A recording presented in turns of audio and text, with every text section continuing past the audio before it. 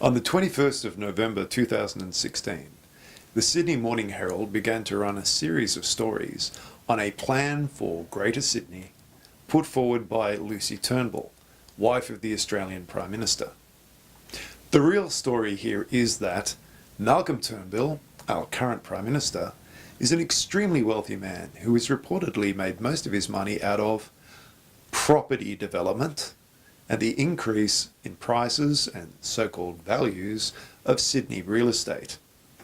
His wife is a property developer and a beneficiary from, yes, inflated land values. What possible conflict of interest could there be?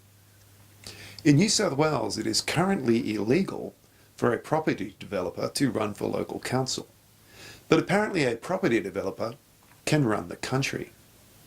How can it be that people who have a clear conflict of interest are voting in the Parliament on matters that affect their major investments, since nearly all members of the Liberal Party in the federal Parliament are major property owners?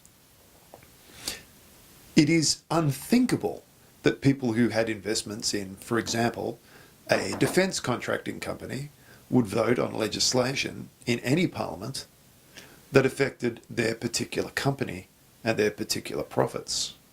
And yet the single greatest pool of assets in Australia, the pool of real estate, has no consideration as to conflict of interest. This makes no sense whatsoever. The story is that property developers are running the country outrageously, and according to parliamentary principles, all of them should stand aside immediately. That is the rational news.